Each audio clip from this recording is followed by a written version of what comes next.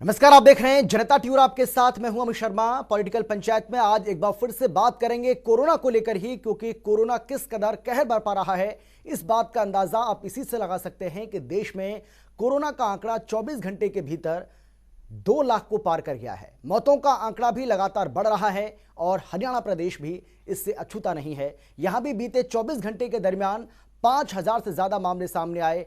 18 लोगों की कोरोना ने जान ले ली है, जिसके बाद सरकार हरकत में आ गई है।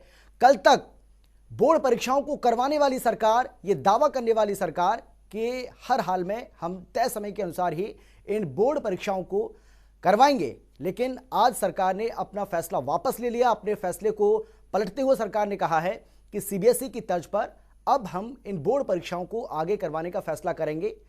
12वीं की, लेकिन 10वीं की परीक्षाओं को पूर्ण रूप से स्थगित कर दिया गया है। सवाल यह है कि जिस तरीके से पाबंदियां बढ़ती जा रही हैं और सरकार की ओर से बिल्कुल साफ कर दिया गया है कि तालाबंदी करने का हमारा कोई इरादा नहीं है। सरकार की संजीदगी, सरकार की गंभीरता इस पूरे मसले को लेकर इस बात से आप समझ सकते हैं कि आज मुख्यमंत्री की ओर से भी बैठक बुलाई गई, गृह मंत्री की ओर से भी बैठक बुलाई गई, समीक्षा की गई और साफ तौर पर कहा गया है कि कोरोना प्रोटोकॉल्स का लोगों से ठीक से पालन करवाइए और अगर लोग नहीं मानते हैं तो आप उनके खिलाफ कार्रवाई करिए, आप चालान करिए। क्योंकि अनिल विज ने साफ तौर पर कह दिया है, जो प्रदेश के गृह मंत्री हैं, कि लोग अगर नहीं मानते हैं, लोग अगर हमसे नाराज भी हो जाते हैं तो हम नाराजगी को झेल लेंगे, लेकिन लाशों के ढेर को शमशान घाट पर हम नहीं देख पाएंगे।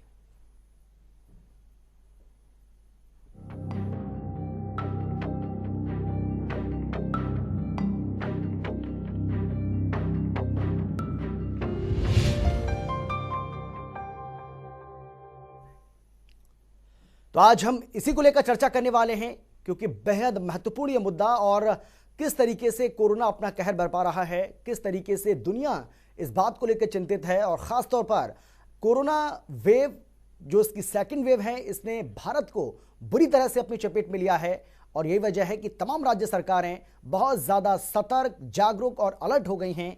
हरियाणा सरकार भी तमाम तरह की जो पाबंदियां हैं वो अब लगा रही है। इससे पहले आपको याद होगा कि नाइट कर्फ्यू का ऐलान पहले ही किया जा चुका है।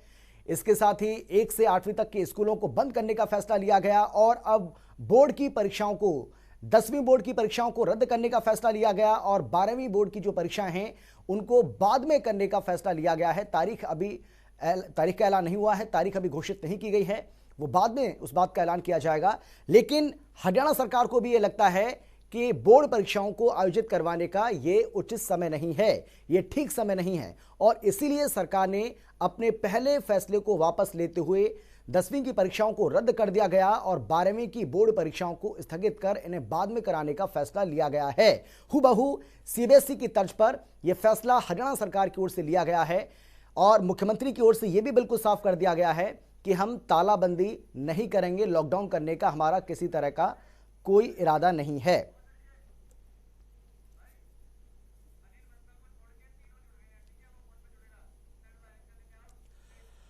तो यही आज हमारी चर्चा का विषय है। लेकिन कौन कौन खास मेहमान हमारे साथ मौजूद रहेंगे, सबसे पहले उनसे आपका हम परिचय करा देते हैं और उसके बाद चर्चा की शुरुआत करेंगे। हमारे साथ विजेंद्र नेहरा जी, जो कि बीजेपी के प्रवक्ता हैं, वो मौजूद रहेंगे। इसके साथ ही सुमित गौर जी हमारे साथ हैं, कांग्रेस के प्रवक्ता।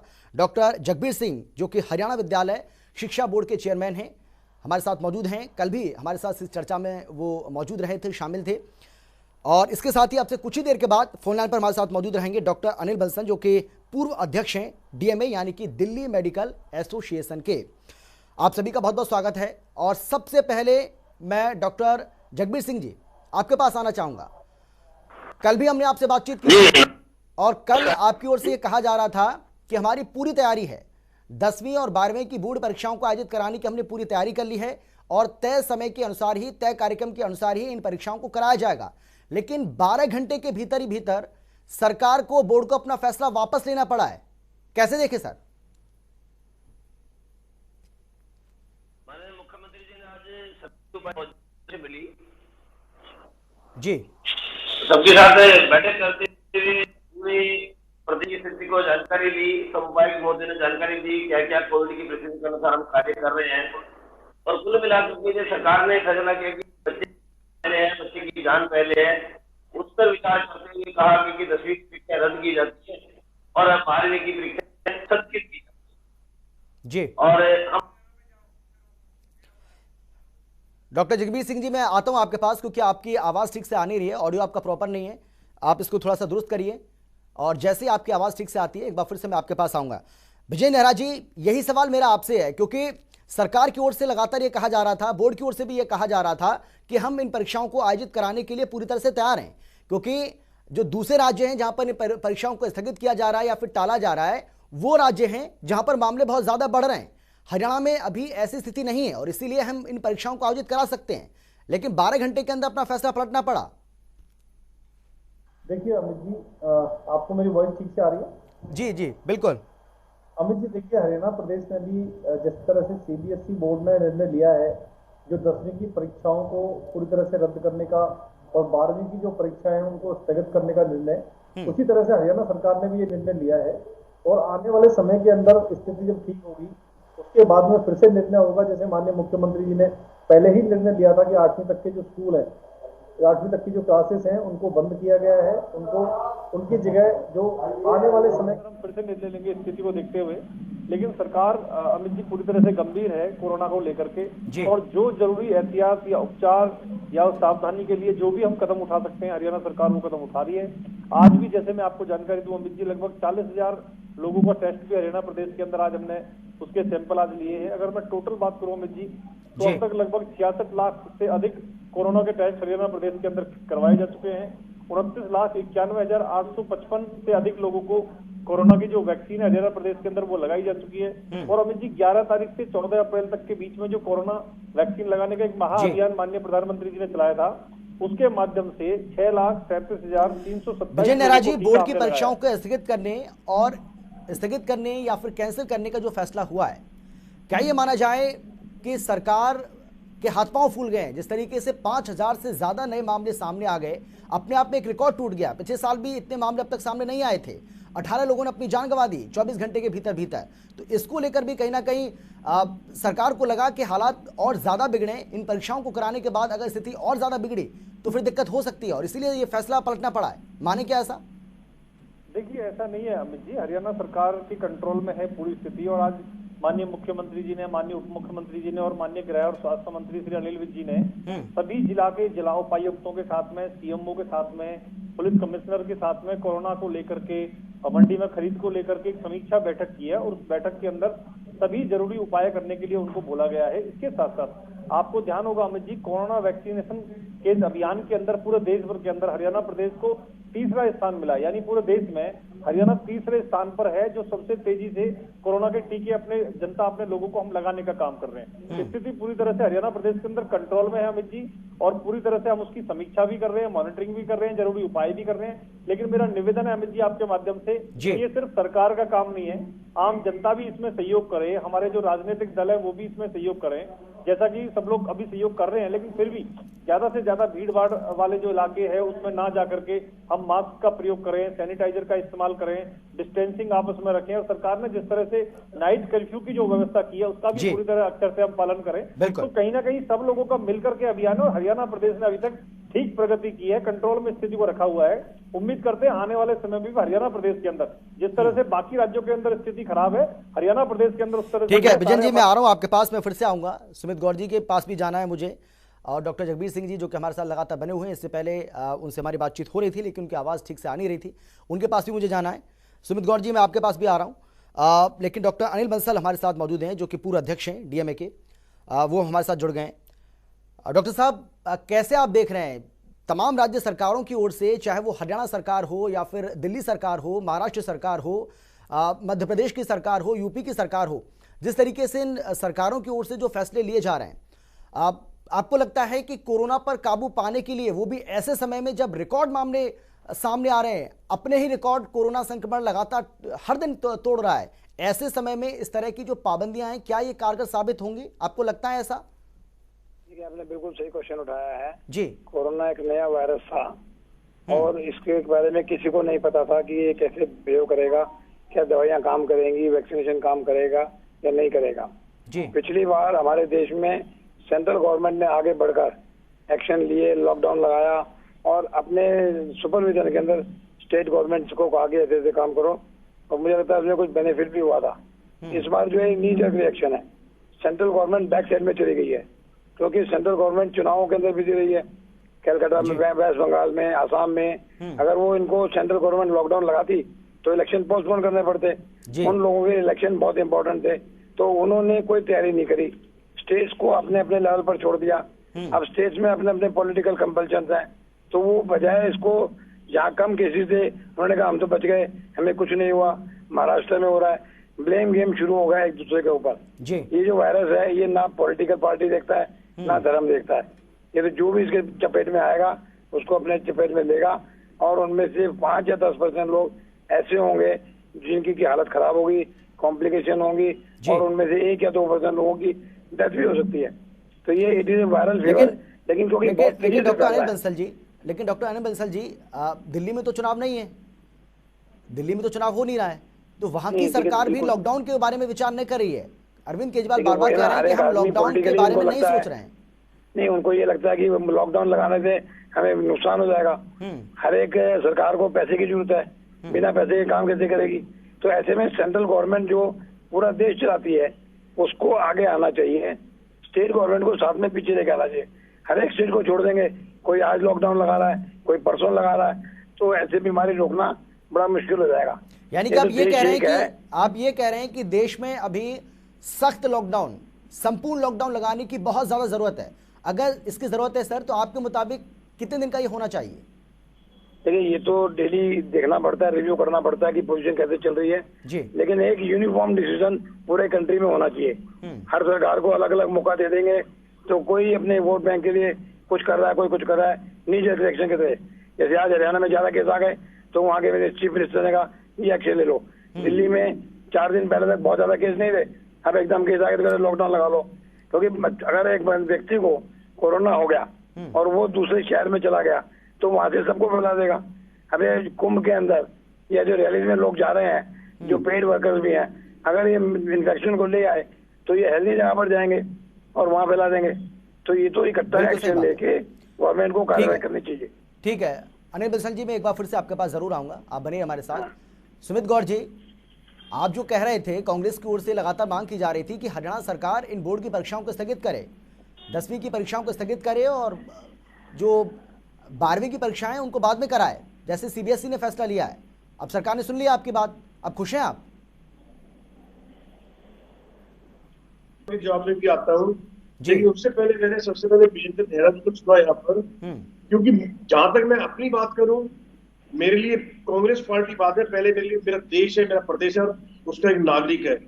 नेहरा जी ने बिल्कुल जिस तरह से बात करी, उनको पूरा देश प्रदेश सुन रहा है आपके चैनल के माध्यम से। अमित जी, उन्होंने 1% भी उन्होंने जनता के बारे में नहीं बोला, सिर्फ और सिर्फ बीजेपी की तरफ जो अंधभगत की तरह उन्होंने यहाँ पे जो बयान दिए। मैं साफ तौर पर कहना चाहता हूँ, मेरे साथी प्रवक्ता जी, इस समय पार्टी वाई से ऊपर उठिए। पहले भी आपको मैंने बोला, देश प्रदेश की जनता की सोचिए। कल देश में 1,84,000 नए केस आए हैं, पहली बार। At most important, last 35 days से कोरोना का ग्राफ बढ़ता जा रहा है। लास्ट 35 डेज से आप कह रहे हो आपकी सरकार ने, मुझे लगता है सर आप अपडेट नहीं है। आप 1,84,000 की बात कर रहे हैं, अब तो आज तो 2 लाख से ज्यादा हो गए, 2 लाख को पार कर चुके हैं मामले। मैं आज की तो भी आऊंगा मैं जी। दूसरी बात, मेहरा जी, 35 दिन से खाद तैयारी करिए, जो आपके तैयारी कर रखी है। आपके यहाँ पे रेमडेसिविर इंजेक्शन है, वो ब्लैक में मिल रहा है आपकी सरकार के राज में। 3500 का इंजेक्शन 15,000 में भी हाथ जोड़ जोड़ के आप लोग दिलवा रहे हैं यहाँ पर। नंबर 2, अगर आप बात करते कोरोना पे, आज हॉस्पिटल्स में बेड नहीं है। आपने अगर लगाम कसनी थी सही था और बहुत तरीके से, लेकिन मुख्यमंत्री कह रहे हैं, मुख्यमंत्री जी कह रहे हैं कि हरियाणा में ऐसी स्थिति नहीं है। ये जो आप बात बता रहे हैं, कांग्रेस पार्टी जो बात कह रही है, ये दूसरे राज्यों की बात है। हरियाणा में अभी ऐसी स्थिति नहीं है, मुख्यमंत्री ने साफ कर दिया है। नेहरा जी से बोलो अभी मेरे साथ आए, फिर पूरे फरीदाबाद में जितने भी हॉस्पिटल है, एक भी बेड खाली दिखा दे, किसी हॉस्पिटल में एक भी बेड खाली हो। कैसे कह रहे हैं ये खुद फरीदाबाद से आ रहे हैं, इनसे बोलिए अभी ऑनलाइन फॉर्म लाए किसी भी हॉस्पिटल में, ये मुझे बताए एक खाली हो तो, और नहीं तो मैं सुनाता हूँ स्पीकर फोन पे, दूसरे फोन से फोन करके। स्थिति बहुत ही विकराल रूप धारण कर चुकी है। सच्चाई ये है कि इस समय व्यवस्थाओं का कोई कुछ नहीं है यहाँ पर, देश में भी और प्रदेश में भी, और एक भगदड़ की स्थिति बनी हुई है। और अभी आप देखिए लेबर जो हमारे जैसे पहले लेबर ने प्लान किया था, ऑलरेडी वो भी टेंशन में प्लान करना शुरू कर दिया है, क्योंकि उनको दिख रहा है कि कभी भी ट्रेन में ठीक है, पहले वाली। मैं आपकी बात का जवाब ले लेता हूं, उसके बाद मुझे जगबीर जी के पास जाना है। विजय जी जवाब दीजिए जल्दी से, फिर मैं डॉक्टर जगबीर सिंह के पास जाऊंगा। देखिए, जिस तरह से गौर साहब बता रहे हैं, फरीदाबाद के अंदर क्योंकि मैं रहता हूं, तो मैंने अभी एक हमारे नजदीक के गांव में एक कोरोना के पॉजिटिव केस मिला है, उनके लिए बेड की व्यवस्था करनी थी। तो मैंने सर्वोदय हॉस्पिटल की जो मालकिन है अंशु जी, उनसे मैंने बात की, तो बेड की व्यवस्था है। अरे सुनिए गौर साहब, मैं आपके बीच में नहीं बोला, मैं आपके बीच में नहीं बोला, सुनिए। अरे सुन लीजिए, अभी मैंने बेड के लिए बात की, तो वहाँ पे बेड अवेलेबल है और सारे हॉस्पिटलों के अंदर अमित जी बेड की व्यवस्था है। हरियाणा प्रदेश के अंदर ऐसा कुछ नहीं है, सरकार की तैयारी पूरी है। और अमित जी फिर भी, अरे सुनिए गौर साहब, सुन लीजिए, पहले थोड़ा धैर्य रखिए भैया, कांग्रेस खत्म हो रही है लेकिन इतनी बौखलाहट मत दिखाइए। सुनिए, देखिए, अरे खत्म होता, अरे बुझता हुआ दीपक फड़फड़ाता है, मान लिया मैंने मान लिया, बुझता हुआ दीपक फड़फड़ाता है। आप इतने फ्रस्ट्रेशन में क्यों आ रहे हैं? सुन लीजिए। देखिए अमित जी, इसके अलावा भी अमित जी, हमने इमरजेंसी के लिए भी बहुत सारी व्यवस्थाएं की हुई हैं। जिस तरह से गौड़ साहब कह रहे हैं, आने वाले समय के अंदर भगवान न करे इस तरह की स्थिति पैदा हो, उसके लिए जो छायसा गांव के अंदर जो पहले गोल्डफील्ड हॉस्पिटल था, हरियाणा सरकार ने उसको टेक ओवर कर लिया है। उसके अंदर सैकड़ों की संख्या में बेड की व्यवस्था हमने की है। इसके अलावा ESI मेडिकल सेंटर है फरीदाबाद के अंदर। और विजयन जी, अक्सर देखा यह जाता है कि सरकारें दावे तो बहुत कुछ करती हैं, लेकिन जमीन पर वो दावे हवा हवाई हो जाते हैं। अब देखिए, दिल्ली सरकार भी बहुत सारा दावा कर रही थी, महाराष्ट्र सरकार की ओर से भी दावा किया जा रहा था, यूपी सरकार की ओर से भी दावे किए जा रहे थे। क्या हालात है वहां पर? छत्तीसगढ़ सरकार भी दावा कर रही थी, वहां हालात क्या है आपको पता है सर? कहीं ऐसा तो नहीं है ये दावे भी फिर साबित हो जाए, फुस हो जाए आपके? इसीलिए तैयारी आपकी मजबूत है या भी नहीं? अमित जी, तैयारियां बहुत अच्छी है हरियाणा। अरे सुन लीजिए भैया, सुन लीजिए। अरे गौड़ साहब, मैं आपके बीच में नहीं बोला, सुन लीजिए। ठीक है, सुन लीजिए अमित जी, तैयारी सुन लीजिए, उनकी बात तो सुन लीजिए। अरे गौड़ साहब, सुन तो लीजिए। मैं आऊंगा, समय बचेगा तो मैं आऊंगा जरूर आपके पास। मैं आपके बीच में नहीं बोला था, सुन लीजिए। अमित जी, तैयारियां बहुत अच्छी हैं। हरियाणा प्रदेश के अंदर किसी भी तरह की कोई दिक्कत परेशानी किसी को नहीं होने दी जाएगी, पेशेंट को भी नहीं होने दी जाएगी। और जो हमारे मजदूर भाई हैं, उनके लिए भी सरकार पूरी व्यवस्था कर रही है और पहले भी हमने की है। मैं आपको विश्वास दिला सकता हूं, क्योंकि माननीय मुख्यमंत्री जी और माननीय गृह और स्वास्थ्य मंत्री जी, उप मुख्यमंत्री जी इन व्यवस्थाओं का लगातार जायजा कर रहे हैं। अमित जी, किसी तरह की कोई दिक्कत परेशानी नहीं है, पर्याप्त संख्या में बेड हमारे पास है। और जब हमने शुरुआत की, मैं मानता हूँ कि जिस समय ये बीमारी फैली थी अमित जी, उस समय जरूर थोड़ा सा दिक्कत थी, लेकिन अब धीरे धीरे हमने अपने स्तर पर सारी तैयारियों को बहुत अच्छी तरीके से तैयारियां कर ली है। किसी तरह की कोई दिक्कत परेशानी नहीं है। अरे गौड़ साहब, कहीं कोई दिक्कत परेशानी नहीं है। आप भी फरीदाबाद जिले के अंदर रहते हैं, आप मुझे बताइए, चलिए बताइए, फरीदाबाद के किस जिले में कमी है? फरीदाबाद जिले में किस हॉस्पिटल में है कमी, आप बताइए। अरे नाम बताइए ना, आप नाम बताइए किसमें कमी है। आप फरीदाबाद में रहते हैं, मैं भी फरीदाबाद में रहता हूँ। मैं आपको चैलेंज देता हूँ, आप मुझे नाम बताइए हॉस्पिटल का किसमें कमी है, और फिर मैं आपको अभी स्पीकर पे, मैं अभी QRG में बात कराता हूँ आपकी। अरे मैं अभी QRG में आपकी बात करा देता हूँ अमित जी, मैं अभी QRG में इनकी बात करा देता हूँ। फरीदाबाद के अंदर सबसे अधिक संख्या में हॉस्पिटल है अमित जी, और पर्याप्त मात्रा में बेड है। फरीदाबाद के अंदर स्थिति पूरी तरह से कंट्रोल में है। शहरी एरिया में जरूर थोड़ा सा नहीं, आप ये बात आपसे फरीदाबाद जिले की बात कर, आपसे फरीदाबाद जिले की बात करें या पूरे हरियाणा की बात कर रहे हैं? क्योंकि पार्टी के प्रवक्ता हैं, तो मैं तो उम्मीद यह करूंगा ना कि आप पूरे प्रदेश की बात करेंगे या सिर्फ फरीदाबाद जिले की बात करेंगे, आप जहां से आप ताल्लुक रखते हैं। अमित जी, मैं हरियाणा प्रदेश की बात कर रहा हूँ, लेकिन क्योंकि मैं फरीदाबाद जिले में रह रहा हूँ, इसलिए हॉस्पिटलों की मुझे संख्या का ठीक अनुमान है। हरियाणा प्रदेश के अंदर कंट्रोल में है। चलिए ठीक है, किसी तरह की परेशानी आप दोनों से गुजारिश है, आप ना एक एक करके अपनी बात रखेंगे तो जो हमें दर्शक सुन रहे हैं उनको समझ भी आएगा। एक एक करके आप तरीके से अपनी बात रखिए, दोनों को मौका दिया जाएगा। ठीक है, मैं आता हूँ आपके पास। डॉक्टर जगबीर जी, मेरा सवाल जो आपसे था, मेरा सवाल अभी भी आपसे वही है, क्योंकि आप अपनी बात को पूरी नहीं कर पाए थे, आपकी आवाज़ ठीक से आ नहीं रही थी। वही हम जानना चाहेंगे कि 12-13 घंटे के भीतर ऐसा क्या हुआ, क्योंकि आप इसी कार्यक्रम में मेरे साथ मौजूद थे और कल आप कह रहे थे कि हमारी पूरी तैयारी है, बोर्ड इसके लिए पूरी तरह से तैयार है, हम इन परीक्षाओं को समय पर आयोजित करवाएंगे, किसी तरह की कोई दिक्कत नहीं होने दी जाएगी, कोरोना प्रोटोकॉल्स का पूरी तरह से बच्चे पालन करेंगे। अभिभावकों को आपने आश्वस्त किया था, लेकिन 12-13 घंटे के भीतर सर क्या हो गया, फैसला वापस लेना पड़ा? नहीं, बोर्ड तो अभी भी बदलना नहीं है और मैं भी नहीं बदला हूँ जी। बोर्ड तो अभी तैयार है। सरकार यदि कहेगी कि 10 दिन बाद परीक्षा लेनी है, 15 दिन बाद लेनी है, महीने के बाद लेनी है, हमारी चाक चौबंद व्यवस्था है, हमारी बच्चों की सुरक्षा के प्रति भी ध्यान है पूरा, उनके वही नियम अभी भी है। कि बड़े कमरे में 18 बच्चे बैठेंगे, छोटे कमरे में 12 बच्चे बैठेंगे, पर सैनिटाइजर की बोतल लेके आएगा, मास्क लगा करके आएगा, तो हमारी तो वही डायरेक्शन है जी। बोर्ड की व्यवस्था हमारे पेपर का तैयार है। ये सरकार के ऑब्जेक्टिव टाइप पेपर लेना तो हम ऑब्जेक्टिव लेंगे, सरकार के केवल सब्जेक्टिव ना जी, क्योंकि स्कूल सरकार के अधीन है। शिक्षा लेने की तैयारी, हमारे प्रश्न पत्र देना है, हम उसके लिए तैयार है, हमारे सब पढ़ाई उत्तर तैयार है, तो सरकार जितने बात की जी। लेकिन 10वीं की परीक्षाओं को तो स्थगित ही कर दिया है सर। डॉक्टर जगबीर जी, 10वीं की जो परीक्षाएं उनको तो स्थगित ही कर दिया है। 12वीं की परीक्षाएं अब आयोजित होंगी तो उसके लिए बाद में डेट शीट वगैरह जारी की जाएगी, तो उसमें भी अभी समय लगेगा क्योंकि पता नहीं कि कोरोना अब किस तरीके से आगे और ज़्यादा रिएक्ट करेगा। तो 10वीं की जो परीक्षाएं स्थगित की गई हैं उसके लिए किस तरीके से, क्योंकि कहा जा रहा है कि जिस तरीके से CBSE ने कहा है कि आंतरिक मूल्यांकन के आधार पर बच्चों को प्रमोट किया जाएगा, तो आपका क्या विचार है सर, क्या तैयारी है आपकी इसके लिए?